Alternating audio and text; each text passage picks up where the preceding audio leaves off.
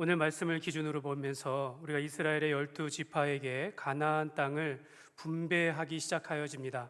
하면서 여러분 이 그림을 보여주면 지금 이 가나안 전체에 이스라엘의 12지파가 분배된 모습입니다. 우리가 가운데를 선으로 이렇게 쓱 이렇게 그어보면 그 파란색 네모란 하면서 그 가운데 동그란 것이 갈릴리 바다입니다. 갈릴리 바다에서 아래로 물줄기가 쭉 내려오는데 그것이 요단 강 물줄기입니다. 그것이 사해까지 이어지게 되어져서 이 가나안 요단 서편은 가나안 땅이 되어지는 거고, 요단 동편도 지금 가나안 땅에 속한 것은 아니지만 하나님께서 약속하여 그들에게 분배되어진 것입니다. 그래서 이 요단 동편은 이미 모세를 통해서 정복되어진 땅으로서 르우벤 지파와 갓 지파와 므낫세 반 지파에게, 절반의 지파에게 이미 분배된 땅 지역입니다. 그런데 이미 이 요단 동편의 지역을 이 두 지파 반은 분배를 받았음에도 불구하고 자기가 차지한 땅에 머무르는 것이 아니라 요단 서편으로 다 이스라엘 12지파가 함께 건너와서 형제들이 요단 서편의 전체의 땅들을 정복하기까지, 또 정복하고 나서 분배가 다 끝나기까지 그들이 함께 하게 되어집니다. 우리가 이러한 공동체성을 우리도 가져야겠습니다. 사도 바울은 교회의 형제 자매들에게 너희가 즐거워하는 자들과 함께 즐거워하고 우는 자들과 함께 울라, 이렇게 말씀하였습니다. 여러분, 우리는 어떠한 형편에 있든지 서로의 마음을 공유하는 그런 함께하는 공동체가 되어야 합니다. 우리 형제 자매가 기쁘고 즐거운 일이 있을 때 내일처럼 기뻐할 수 있는, 이게 가족이 아니면 또 할 수가 없어요. 그러니까 우리가 가족과 같은 공동체가 되어야 하고, 또 우리 주변의 이웃 가운데, 내 형제 자매 가운데 지금 아픔과 고통과 어려움 가운데 있다 할지라면 이것도 내일처럼 우리가 함께 울며 함께 기도해 줄 수 있는, 그래서 그 사람이 다 나을 때까지, 그 사람이 잘 되어질 때까지 우리가 마음을 공유하고 함께하는 그런 신앙의 가족 공동체가 되기를 소망합니다. 그 토저 목사님의 이런 책이 있습니다. 하나님의 길에는 우연이란 없다. 하나님의 길에 우연이란 없다라는 책이 있습니다. 그 책에 보면은 어느 날 한 사람이 목사님을 찾아왔습니다. 목사님, 저는 예수님을 믿고 잘 살려고 하는데 제가 삶에 변화가 없습니다. 이렇게 한탄을 하는 것입니다. 그런데 목사님께서 웃으면서, 지그시 웃으면서 하나님의 은혜입니다, 이렇게 말을 했다고 합니다. 왜 하나님의 은혜인가? 이 사람은 자기를 알지 못하지만 이제 예수님 믿고 나서는 이와 같은 고민을 하게 된다는 것입니다. 하나님의 은혜가 아니고서는 내가 이 삶에 대하여 몸부림칠 수가 없다라는 거죠. 여전히 죄가 유혹하고 나를 넘어지게 하는 여러 가지 상황 속에서 그것이 잘못된 것임을 알고 내게 내 속에 안에서 변화되지 않는 것을 변화해지려고 하는 그 노력 가운데, 그래서 이제 당신은 믿음의 선한 싸움을 시작한 것이다라는 것입니다. 여러분, 우리 삶 가운데 이러한 고민이 있는 것이 정상이다라는 것입니다. 하나님께서는 우리가 하나님의 나라를 바라보면서 이 땅에 살아가지만 여전히 우리 가운데 쫓아내야 할 죄악들이 있고, 또 미혹과 여러 가지 고난과 어려움 속에서 이겨내야 할 것들이 있는데 그것이 정상적이다라는 것입니다. 그러면서 하나님의 은혜로 이 모든 상황 가운데 이길 수 있다라고 말하는 것입니다. 여러분, 우리에게 믿음이 있다면 우리는 사람을 바라보지 아니하고 하나님을 바라보게 될 줄 믿습니다. 사람들이 나를 비웃거나 비판하거나 한다 할지라도 그냥 웃으면서 지나갈 수 있는 거죠. 모든 일에는 하나님의 길이 있음을 우리가 깨닫게 되어진다면 우리가 세상의 일들 가운데서 그것 가지고 우리가 얽혀 사는 것이 아니라 하나님 바라보면서 살아가게 되어진다는 것입니다. 오늘 말씀에 우리가 우연처럼 여겨지는 일들을 행합니다. 이 이스라엘의 이제 정복한 이 모든 땅들을, 이제 지파들의 대표들을 모아놓고서 분배하는데 그 분배하는 방식을 제비 뽑아 분배하게 되어집니다. 그 여호수아와 또 제사장 엘르아살이 이제 각 지파의 대표의 장로들을 불러 모아서 함께 이제 지금까지 정복한 땅을 어떻게 표시했는지 모르겠어요. 그것이 뭐 나무로 표시했던지 땅에 그림을 그렸던지 표시해 놨습니다. 또 그 가나안 땅의 경계들을 쫙 표시해 놨습니다. 그리고 나서 제비를 뽑기 시작하는 것입니다. 여러분 다시 한번 이 경계 그림을 한번 보십시오. 보시면 유다 지파는 참 많은 땅을, 그림을 한번 보여주시기 바랍니다. 유다 지파는 지금 초록색으로서 많은 지파의 땅을 분배받았습니다. 근데 유다는 보면은 시므온이 그 가운데 조그만, 지금 굉장히 크게 나왔지만 사실 저거보다 훨씬 작습니다. 이 작은 땅을 분배로 받았는데 아마도 유다가 많은 지역을 받은 것 중에서 시므온에게 할당된 것이 아닌가라는 생각을 하게 되어집니다. 그러면서 유다 바로 위에 조그맣게 베냐민 지파의 땅이 있는데, 사실 야곱은 라헬을 사랑해서 야곱의 두 사랑하는 아들이 있는데 베냐민과 요셉입니다. 그러니까 베냐민과 요셉의 아들 에브라임과 므낫세가 연접해서 땅을 분배받게 되어집니다. 그런데 하나님께서는 이 야곱을 통해서 이 요셉의 두 아들을 자기의 아들로 양자 삼아서 이 12지파에 들어가게 되어지는데요. 이 요셉은 므낫세를 축복하기를 원했는데 어찌된 일인지 손을 엇갈려 가지고 에브라임이 형보다 먼저 축복을 받을 수 있도록, 그래서 순서를 보면은 베냐민과 에브라임과 므낫세 이러한 순서대로 땅을 받게 되어집니다. 그 저 북쪽으로 이사갈과 스불론과 납달리와 아셀 지파가 분배를 받게 되어지는데요. 근데 신약에 보면은 스불론과 납달리는 이방의 갈릴리라라고 하면서 이 유다의 이 가나안 땅의 중심으로부터 멀어지는 것만큼 마음이 떠나가게 되어집니다. 마치 이스라엘의 전체 역사를 보여지듯이 이 분배된 것이 매우 합리적으로 하나님의 뜻 안에서 이루어진다라는 거죠. 또 단과 베냐민은 이 사회와 지중해의 중간을 잇게 되어집니다. 그래서 이스라엘의 허리의 역할이 되어져요. 단과 베냐민이. 그런데 이들이 결국 이스라엘 역사 가운데 정말 중추적인 그런 큰 역할들을 감당하는 것을 성경은 말씀하고 있습니다. 여호수아 14장 2절에 보면요, 이렇게 말씀합니다. 여호와께서 모세에게 명령하신 대로 그들의 기업을 제비 뽑아 9지파와 반지파에게 주었으니, 이렇게 말씀합니다. 그러면서 이 땅을 분배하는데 제비 뽑는 방식을 취한다라는 거예요. 근데 우리가 두 가지를 알 수 있는데, 이 제비 뽑는 방식이 즉흥적으로 이루어진 것이 아니라 이미 하나님께서는 모세에게 말씀하셨어요. 너희가 저 가나안 땅에서 전쟁하고 정복하고 다 끝나면 너희가 제비 뽑는 방식으로 각 지파에게 땅을 분배할 수 있도록 하라 라고 그렇게 이미 가르쳐 주었다라는 겁니다. 그러니까 이것은 제비 뽑는 것은 뭐 사람들의 공평과 형평을 의지한 것이 아니라 하나님께서 그렇게 명령하셨다라는 겁니다. 하나님의 계획 속에 가나안을 차지하게 하되 그 땅을 어떻게 정복할지도 가르쳐 주셨고, 정복한 이후에 어떻게 나누면서 어떻게 살아가야 할지까지도 다 말씀하신 것입니다. 그러면서 두 번째로는 하나님은 그 땅을 지파별로 나눔에 있어서 제비 뽑기 방식으로 분배하게 하셨다라는 것입니다. 이게 사전을 찾아보니까 이게 제비 뽑기라는 것은 운에 맡기어 결정되는 방식이다라고 말을 합니다. 우리는 그렇게 생각한다라는 것이죠. 그러니까 이 땅을, 이스라엘 지파의 땅이 운에 맡기어 어떻게 땅을 뽑든지 간에 이건 하나님의 뜻이니까 너희가 순종해야 합니다. 우리가 이렇게 생각할 수 있다라는 것입니다. 그러나 여러분, 이것은 절대로 우연이나 또는 운에 의한 것이 아니다라는 것을 우리가 오늘 말씀을 통해서 우리가 배워야겠습니다. 하나님께서는 이 땅을 분배하되 제비 뽑기로 그 형식을 가르쳐 주셨음에도 불구하고 오래전에 가르쳐 주시면서 또 이런 말씀을 합니다. 민수기 26장에 보면 이렇게 말씀합니다. 여호와께서 모세에게 말씀하여 이르시되 그 명수대로 땅을 나누어 주어 기업을 삼게 하라.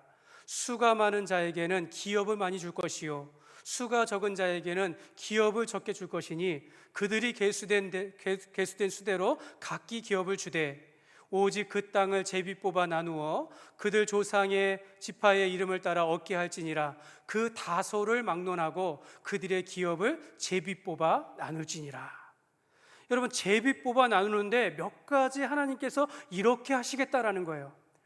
사람의 수가 많은 사람들에게는 많이 줄 것이고 적은 자에게는 적게 줄 것인데, 그러나 한 지파도 한 가문도 예외 없이 다수를 막론하고 너희가 제비 뽑아 다 받게 될 것이다, 이렇게 말씀하고 있는 것입니다.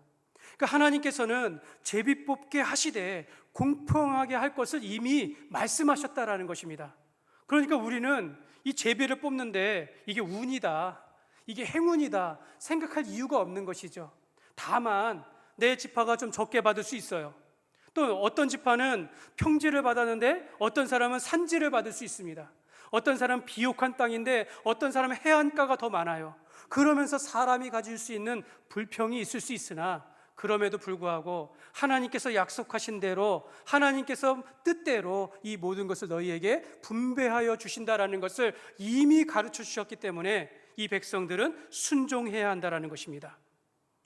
여러분, 우리가 이 말씀을 보면서 유다 지파를 시작으로 해서 각 지파가 받은 그 땅의 경계와 또 각 지파의 그 기업의 성읍의 수를 헤아려 보면서 이 제비뽑기의 방식이지만 이것이 얼마나 정확하고 공평한지를 우리가 살펴볼 수 있습니다. 그리고 반대로 사람의 생각으로 이게 공평하지 않고 그렇게 생각한다 할지라도 제비 뽑아 하나님이 정하여 줬으니 하나님의 뜻인 줄 알고 순종하며 감사해야 한다라는 것도 우리가 이 말씀을 통해서 배우게 된다라는 것입니다. 잠언 16장 33절에 보면 우리 같이 한번 읽겠습니다. 제비는 사람이 뽑으나 모든 일을 작정하기는 여호와께 있느니라. 여러분, 제비를 뽑는다 할지라도 이것이 행운이나 또는 우연이 아니라 이 모든 일을 하나님께서 작정하셨다라는 것입니다. 여러분, 왜 그렇습니까? 왜 이것이 하나님의 작정이고 하나님의 계획이 될 수 있겠습니까? 여러분, 이것이 제비뽑기의 방식으로 땅을 분배하였다 해도 하나님께서 분배하셨다라는 것을 믿어야 하는 이유는 하나님께서 그들을 직접 통치하시고 계시기 때문입니다. 하나님께서 그들의 하나님이시기 때문이다라는 것이죠. 당시 이스라엘은 마치 아직 국가의 형태는 이루지 않았지만 신정 국가와 같습니다. 하나님께서 그들의 왕이 되시고 그들의 주인이 되시고 나는 너희의 하나님이 되어지고 너희는 나의 백성이 되리라는 이 언약 아래 세워진 하나님의 선민의 백성이다라는 것입니다. 제비를 뽑지만 모든 일을 이루어 주시는 분이 지금 하나님이시기 때문에 그 가운데는 실수나 오류가 없는 것입니다. 그래서 많이 받든지 적게 받든지 그 땅이 아직 몰아내지 못한 족속들로 가득 차 있든지 아니면 산지이든지 평지이든지 다 받은 것에 대하여 순종하며 나아가는 것이 바로 백성들의 의무이고 백성들의 도리라는 것입니다. 사랑하는 여러분, 구약의 시대에는요 하나님께서 이렇게 직접 말씀하시며 통치하셨습니다. 선지자를 통하여 직접 말씀하셨고 또 그들에게 꿈과 환상을 통하여서 말씀하심으로 하나님께서 그들에게 직접적으로 말씀하셨다라는 것이죠. 그리고 그것이 바로 하나님의 뜻이다라는 것입니다. 그래서 이 구약의 시대에 그들이 제비 뽑는 방식으로 취한다 할지라도 하나님께서 가르쳐 주셨고 하나님께서 그 일을 주도하시기 때문에 그것은 반드시 하나님의 뜻이요 하나님의 섭리요 하나님께서 공평하게 그들에게 주신 하나님의 뜻으로 그들이 순종하여 받는다라는 것입니다. 여러분, 이제 신약에서는 이것이 바로 하나님의 말씀이 신구약의 성경으로 하나님께서 우리에게 주셨다라는 것입니다. 하나님의 말씀이 신구약 성경으로 오늘 완성되었고 또 하나님께서 언약을 따라 약속하신 메시아 예수 그리스도를 통해서 이 땅에 오셔서 모든 구원을 성취하셨습니다. 그리고 그 성령과 말씀을 통하여 오늘도 우리에게 말씀하시기 때문에 오늘도 하나님께서 우리에게 주시는 그 뜻을 쫓아서 순종하게 되어지는 것입니다. 그러니까 여러분, 원리는 변하지 않습니다. 하나님께서 구약과 신약을 통해서 하나님께서 전에는 제비뽑기의 방식으로 취하였다지만 지금의 방식은 하나님의 말씀을 통하여 성령을 통하여 우리에게 말씀하시고 우리에게 지시하시기 때문에 그것이 여전히 하나님의 뜻으로 우리가 순종할 수 있는 것입니다. 그러므로 여러분, 제비뽑기와 상관없이 모든 결정과 선택에 있어서 하나님께서 우리 삶의 주인이 된 사람은 우연이다는 없는 것입니다. 우연이란 없고 반드시 하나님의 뜻과 하나님의 길이 있다라는 것을 믿으시기 바랍니다.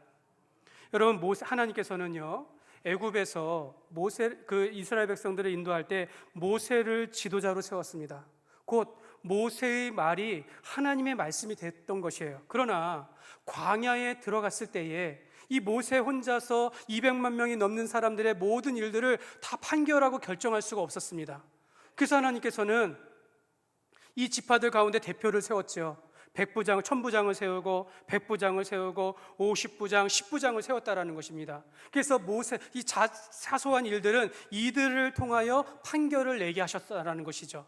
하나님께서는 처음에는 모세를 통하여 일하시더니 이제는 이 많은 사람들을 세워서 일하도록, 그것이 하나님의 뜻과 섭리가 있음을 그들에게 가르쳐 주셨다라는 것입니다. 이제 가나안 정복을 할 때 하나님께서는 모세의 뒤를 이어서 여호수아를 세워주셨어요. 여러분, 가나안 정복 전쟁은요, 여호수아가 하나님이었다는 것, 하나님의 뜻에 맞게 이 모든 일을 이루어 가셨는데, 오늘 이 분배의 과정은요, 여호수아가 이제 뒤로 물러납니다. 대신 제사장 엘르아살이 먼저 앞에 나와서 그들 앞에 이 모든 일들을 분배하기 시작한다라는 겁니다. 그리고 이스라엘 지파의 대표들을 세워서 그들 앞에 공평하게 세워지게 하시고, 이제는 이 가나안 땅을 12지파에게 분배하여 각 지파의 지도자들을 세우고 또 각 가문마다 그 땅을 기업으로 소유하게 하면서 하나님께서 그들을 통하여 하나님의 뜻과 하나님의 계획과 길들을 열어가신다라는 것입니다. 여러분, 우리가 한 사람에 의해서 하나님의 뜻이 움직여지는 것이 아니라 하나님께서 세우신 종들을 통해서, 하나님께서 세우신 지도자들을 통해서 여전히 하나님의 뜻이 우리에게 전달되어지는 줄 믿습니다. 여러분, 우리 장로교는요, 당회를 중심으로 하는 대의 민주제를 채택하고 있습니다. 그러니까 이것을 따라서 우리 교회는요, 우리 교회는 당회 안에서 모든 일들을 결정하게 되어지고 예산을 집행하게 되어집니다. 그리고 그 일들을 모든 성도들이 맡아서 하게 되어져 있는 것입니다. 비록 우리가 사람이기 때문에 왜 우리가 욕심이 없고 왜 개인의 주장하는 것에 의해서 실수가 없습니까? 그럼에도 불구하고 하나님께서는 교회의 권위를 세우게 하셔서 목사를 통하여, 당회를 통하여, 세워진 일꾼들을 통하여서 하나님의 일들이 결정되어지고 일할 수 있도록 인도해 주신다라는 것입니다. 우리가 실수해도, 우리가 넘어진다 할지라도, 그 사람이 죄악 가운데 잘못된 일을 한다 할지라도 하나님께서는 반드시 합력하여 하나님 나라의 일들을 이루어 가신다라는 것을 우리가 꼭 기억하시길 바랍니다. 여러분, 유다 지파는요, 다른 지파보다 많은 땅들을 받았습니다. 여러분, 우리가 생각하면은 각 지파가 받은 땅과 성읍들이 하나님의 섭리요 축복이라고 보는데, 오늘 15장에 유다 지파가 받은 땅의 경계와 받은 성읍들을 보면 놀라울 뿐이다라는 거죠. 이 경계의 땅은 그 모든 지파보다 많은 경계, 넓은 땅을 받았고, 비옥하고 살기 좋은 땅은 유다 지파가 다 받아버렸어요. 그리고 거기에는 예루살렘이 포함되어 있고 베들레헴이 있고 헤브론이 있습니다. 또한 이 유다 지파가 오늘 말씀해 보면 제일 먼저 기록되었어요. 사실은 순서에 따르면 야곱의 첫째 아들은 르우벤입니다. 르우벤 지파가 먼저 나와야 할 것 같은데 유다 지파가 나왔다라는 거예요. 그러니까 유다 지파가 가장 많은 땅을 받고 또 그 가운데 중요한 지역을 선점하고 있고, 또 그 가운데서 유다가 먼저 이 말씀을 거론하는 것을 보면 이 안에 하나님의 계획과 하나님의 뜻이 있다라는 것을 우리가 받아들여야 한다라는 것입니다. 여러분, 우리가 말씀 가운데 수가 많으면 많은 성읍을 준다라고 하는데요, 꼭 그렇지도 않습니다. 여러분, 유다는 많은 지파 가운데서 이 장정만 76,500명이라고 해요.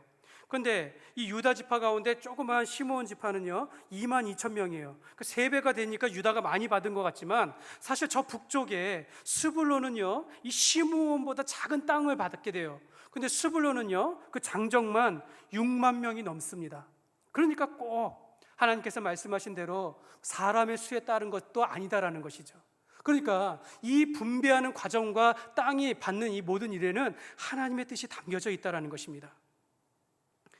하나님께서 제비뽑기로 분배하였을지라도 그것이 모든 지파가 동일한 넓이로 동일하게 산지와 평지를 구분해서 준 것이 아니다라는 것입니다. 여러분, 우리는 공평하다 생각하면 1대1 대 1대1로 나누는 것 같지만 절대 그렇지 않다라는 것이죠. 하나님 앞에 쓰임에 있어서는 어떤 사람은 그 사람의 분량과 분깃과 기업이 있다라는 것입니다. 사랑하는 여러분, 오늘 말씀드리고 싶은 것은, 여러분, 유다 지파는 장자가 아님에도 불구하고 가장 많은 땅을 받았다라는 것입니다. 유다 지파는 장자가 아님에도 불구하고 예루살렘과 베들레헴과 헤브론과 같은 이스라엘 역사의 중심이 되는 지역을 분배로 받았다라는 것입니다. 무엇보다도 유다 지파를 통해서 하나님께서 약속하신 그리스도, 예수 그리스도가 유다 지파를 통해서 오셨다라는 것입니다. 제비뽑기의 방식으로 분배받았을지라도 하나님의 선하신 뜻과 계획에는 불변하다라는 것이죠. 결코 이것이 우연이 아니다라는 것입니다.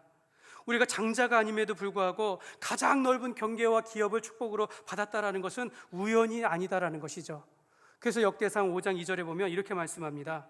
유다는 형제보다 뛰어나고 주권자가 유다로 말미암아 났을지라도 장자의 명분은 요셉에게 있느니라.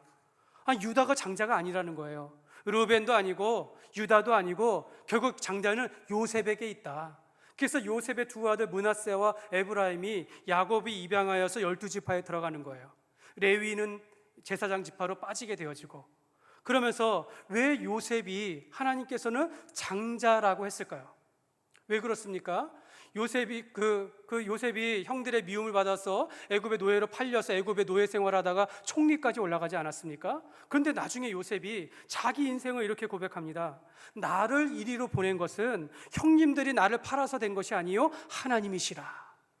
요셉은 자기의 인생이 형들로부터 미움받아 죽을 뻔하였고 버림을 받았고, 또 노예와 같이 비천하게 다른 나라에 가서 살면서 살았지만 결국에 그 마지막에 인생을 돌아보니까 하나님께서 나를 인도하시고 이것을 통해서 우리 가족을 구원하시기 위한 하나님의 뜻이었다라는 것을 자기 스스로 고백을 하게 된 것입니다. 사랑하는 여러분, 믿음의 사람들은 오늘 우리가 겪고 있는 이 어려움 가운데서, 코로나 재앙 가운데서도 하나님을 신뢰할 수밖에 없는 것입니다. 여러분, 성경은요, 너희가 여러 가지 시험을 만나거든 온전히 기쁘게 여기라 말합니다. 그러면서 그 이유를 너희가 이로 인하여 너희가 온전히 구비하여 조금도 부족함이 없게 하려 함이라.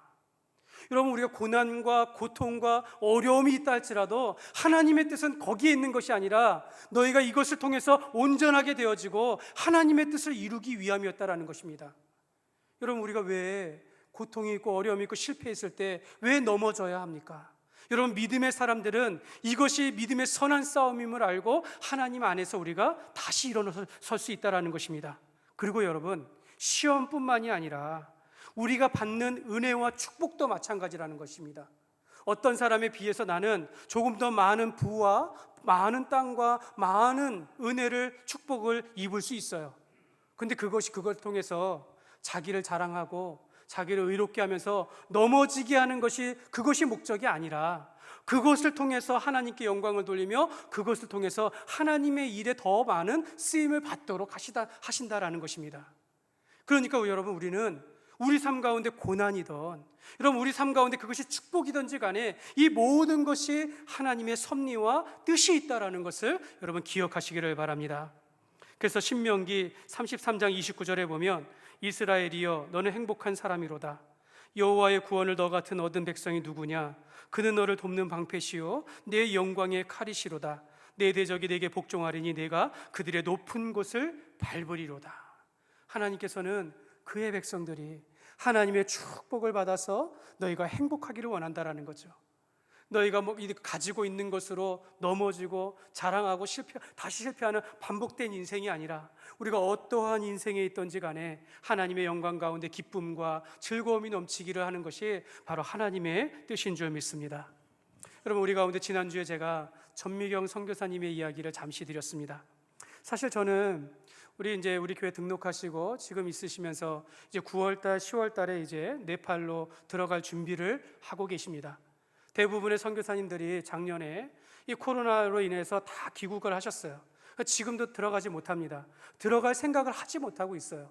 근데 전미경 선교사님은 그 마음에 불같은 마음과 뜨거운 마음이 있기 때문에 내가 네팔을 위하여 함께 가서 거기 가서 내가 사역하며 그들과 함께 울리라라는 마음으로 그들과 함께 한다라는 거예요. 근데 저는 솔직히 좀 이렇게 말리고 싶은데, 여러분, 그 선교사님이 작년 이맘때쯤 8월 달쯤에 저에게 왔고 저를 찾아왔습니다. 그래서 목사님, 저에게 부탁을 드리는 겁니다. 목사님 저에게 파송장을 한 자 좀 써줬으면 좋겠습니다.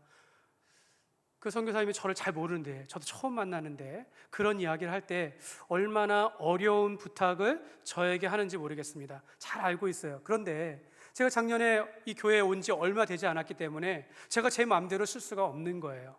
사실 우리 장로님들은 우리 교회가 후원하고 몇 년 동안 후원했기 때문에, 그래 우리 당회가 노력하고 교회의 허락을 받아서 얼마든지 파송장을 써줄 수 있는데 제 마음은 그럴 수가 없는 거예요.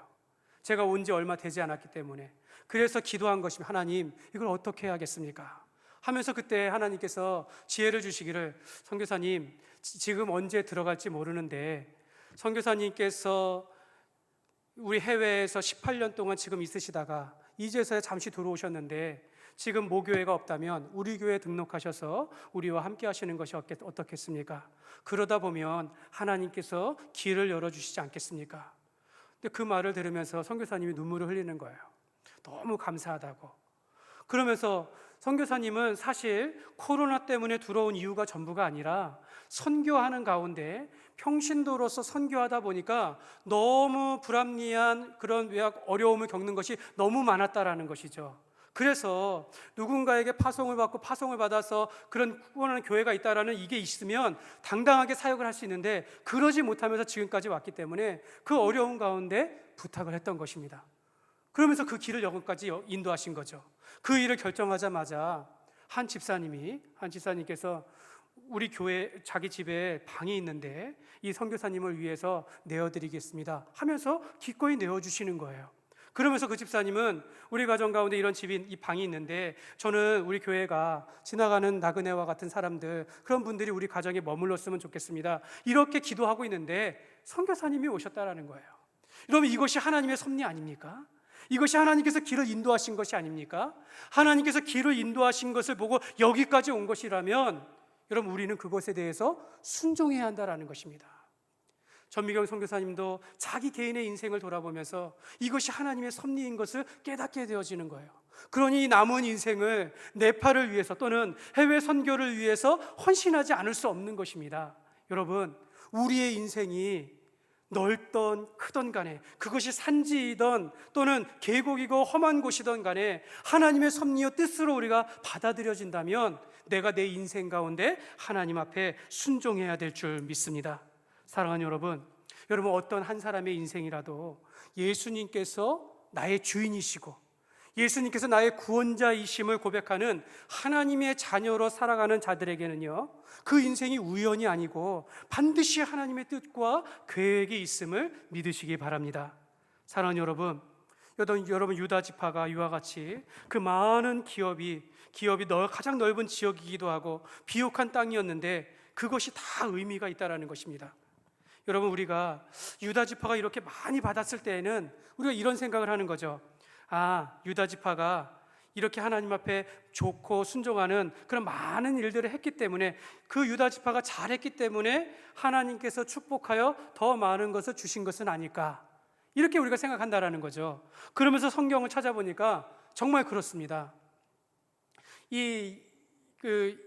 요셉이 형들의 미움을 받고 팔릴 때, 요셉이 형들의 들에서 찾아올 때에 저 요셉을 죽이고자 할 때 유다가 이런 말을 합니다. 죽이지 말고 저 지나가는 상인들에게 팔아버리자, 이렇게 말했다라는 거예요. 이 유다가 살리고자 했다라는 것입니다.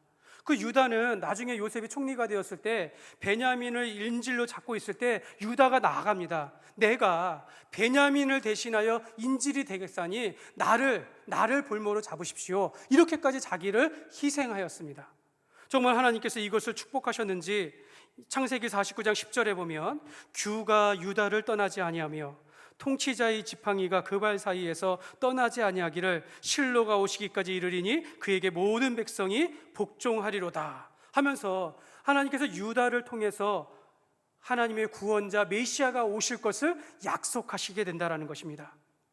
여러분, 우리가 성경을 보고자 하는 대로 보는 그런 습관이 있어요. 정말 유다가 그 일을 잘했기 때문에 하나님께서 축복하신 것인가? 근데 여러분, 유다의 인생은 결코 그것이 전부는 아니었다라는 겁니다.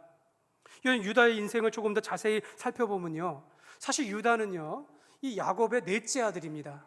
첫째는 르우벤인데, 이 르우벤이 자기의 아버지의 첩과 상관함으로 인해서 장자권을 잃어버리게 되어집니다. 그 둘째 레위와 시므온이 있는데, 레위와 시므온은 자기 동생 여동생이 이 세겜 사람으로부터 강간을 당하자 그것에 대하여 원수를 갚고자 자기가 꾀를 내어서 모든 그 지파의 세겜 사람들 다 죽여버립니다. 이로 인하여 그들의 축복이 내려져 가는 거예요. 그리고 넷째 아들 유다가 이 축복을 받게 되어진 겁니다. 유다가 잘하기 때문이 아니라는 거죠. 여러분, 유다는요, 자기 요셉을 살린다고 하였지만, 여러분, 결국엔 요셉도 팔아버렸고 아버지에게 그 사실을 말하지 않고 살았다라는 것이죠. 유다는 그 인생 가운데 자기가 세 아들이 있는데, 첫째 아들과 둘째 아들이 하나님 앞에 악을 행함으로 죽게 되어지자 자기 셋째 아들은 살리고자 하나님의 말씀을 거역하게 돼요. 또 결국에는 자기 며느리 다말과 간음하게 되어집니다. 여러분, 유다의 인생을 보면 하나님의 축복을 받을 수 있을까? 우리가 장담할 수 없는 것입니다. 여러분, 우리가 하나님의 말씀을 볼 때 우리가 보고자 하는 대로 보면 그렇게 되어진다라는 거죠. 마치 유다 지파가 하나님 앞에 순종하며 많은 일들을 행했기 때문에 많은 지파와 성읍들을, 많은 땅과 성읍들을 받은 것이다 라고 생각하겠지만, 그것이 아니라 하나님께서 유다 지파를 선택하시고 유다 지파를 향한 계획과 뜻이 있기 때문에 그 일을 이루어 가신 것입니다. 만약 유다 지파가 순종하는 지파였다면 오늘 63절의 말씀을 있으면 안 된다라는 것이에요. 여러분, 63절의 말씀에 보면 이렇게 말씀합니다. 예루살렘 주민 여부스 족속을 유다 자손이 쫓아내지 못하였으므로 여부스 족속이 오늘까지 유다 자손과 함께 예루살렘에 거주하니라. 여러분, 예루살렘이 얼마나 중요합니까? 예루살렘 안에서 그 곁에 있는 베들레헴을 통해서 메시아가 오는데, 이 예루살렘에 있는 거주하는 여부스 족속을 유다 족속이 쫓아내지 못했다라는 거예요. 순종하지 않고 나중에 후에 다윗 때가 가서야 이 여부스 족속을 쫓아내게 되어집니다. 그러니까 유다가 하지 못한다 할지라도 하나님께서는 그의 계획과 섭리 가운데, 뜻 가운데서 결국은 여부스 족속을 쫓아내겠다라는 것입니다. 여러분, 하나님의 뜻은 반드시 이루어집니다. 여러분, 그래서 이 유다 지파 가운데 갈렙이 나타났는지도 모르겠습니다. 갈렙은 아직 분배받지 않은 가운데서 아직 정복하지 않은 그 땅 헤브론을 자기가 손을 들어서 85세의 나이에 내가 저 땅을 정복하겠습니다, 취하겠습니다라고 고백을 하였습니다. 왜 그렇습니까? 헤브론이 어떤 땅인지를 지난주에 말씀드리지 않았습니까? 헤브론이 어떤 땅인지, 하나님의 약속과 언약이 있는 땅인 것을 알고 있기 때문에 갈렙이 그것에 순종하였던 것입니다. 사랑하는 여러분, 오늘 말씀의 결론이 여기 있습니다. 나는 하나님의 뜻을 구하면서 살아가는가, 아니면 내 뜻대로 하나님을 구하면서 살아가는가 하는 것입니다.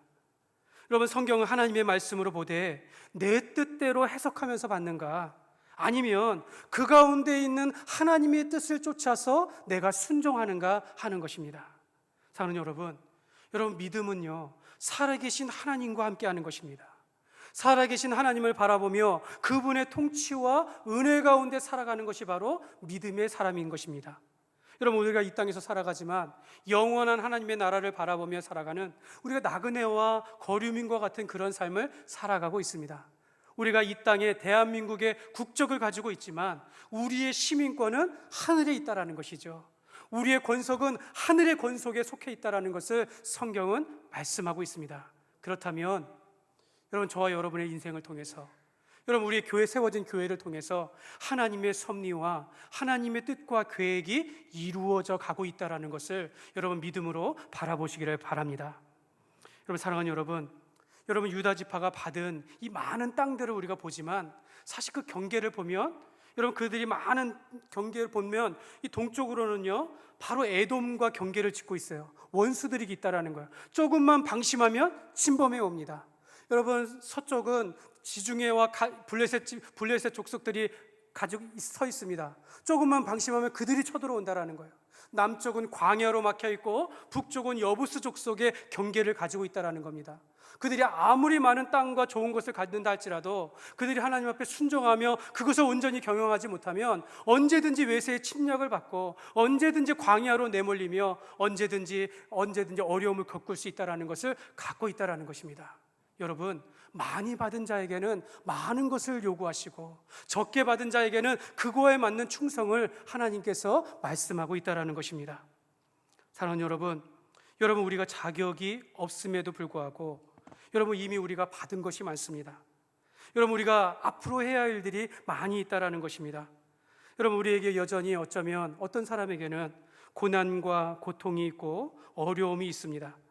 여러분, 고난과 고통이 있다 할 때 여러분, 내가 예수 믿는데 왜 내게 이런 어려움이 있을까 생각하지만 하나님께서 이것을 통해서 너로 온전하여 구비하여 온전한 사람이 되도록 약속하신다라는 것이죠. 그 가운데 하나님의 뜻이 있음을 우리가 기억해야겠습니다.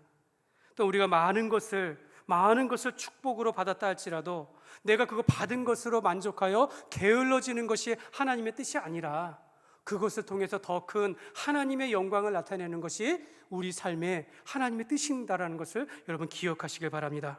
그러므로 여러분, 내가 내 뜻대로 하나님을 구하는 것이 아니라 하나님의 뜻을 쫓아 살아가는 복된 삶이 되시기를 주님의 이름으로 축복합니다. 여러분, 우리 교회의 주인이 예수님이심을 고백하면서 예수님이 기뻐하시는 그 뜻대로 우리가 일을 하며 예배하며 살아가야 될 줄 믿습니다. 내 인생의 고난 속에도 하나님의 뜻이 있고 내 인생의 축복 속에서도 주님의 뜻이 있음을 믿고 오늘 우리의 남은 인생이 하나님의 계획과 그의 뜻 안에서 쓰임을 받는 인생이 되시기를 주님의 이름으로 축원합니다.